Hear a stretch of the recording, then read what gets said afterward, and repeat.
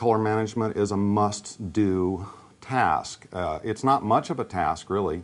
The Spyder3 has a very easy wizard-driven interface. All of your work will look correct. WYSIWYG, what you see is what you get. Well, my name's Bruce Dorn, and I am a retired cinematographer and director. I worked in Hollywood for 25 years as a director-cameraman. These days I'm exploring the digital arts and pursuing both digital capture and digital post-production manipulation through Corel Painter software.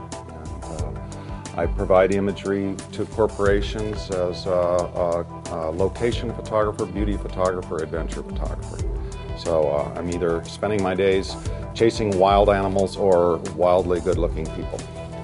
At the beginning of the digital era, we were all sort of casting about for the right way to do this. We were working with computers that weren't quite at the point they are now. We were working with monitors that certainly weren't at the point they are now. We spent a fair amount of time working with cathode ray tube monitors, which drifted in and out of color calibration with great ease. Now most people are using LCD monitors for their color calibration. It's really a process of making sure that you have a defined working environment and that you can predictably see the same colors over and over again. If you ignore these technological steps, you will not have good management from beginning to end. You want to see the apple as red on the table, you want to see the apple as red on the back of your camera, you want to see the apple as red on your LCD monitor, and you want that exact same red to come out of your printer.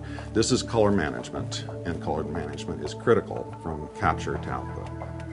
It's very important to maintain a predictable color environment in which to judge the work that you're going to send to output. There's another stage in output where you do color calibration specifically for the final product, whether it's web or inkjet print or sheet-fed presses. But it always starts with a good screen calibration, because you could be making adjustments, adding magenta to a file that required no magenta simply because your monitor calibration had drifted. So for me, it's a simple task of maintaining it, just like you might go to the gym or you might have a certain regime that you do during the week. You calibrate and then everything will be fine. It's kind of a do it and forget it kind of an aspect, really, and I believe that you can set up the Spyder so that it will remind you periodically to recalibrate. So there's only a few big players in the color management industry, and one of them is Datacolor.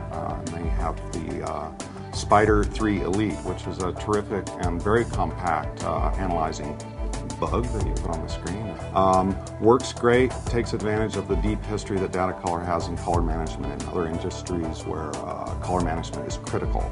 Matching textile colors, matching automotive paints to the chips that you see in the brochure for the car. So they bring a lot to the table, and it's a great product to work with for photographers in color management.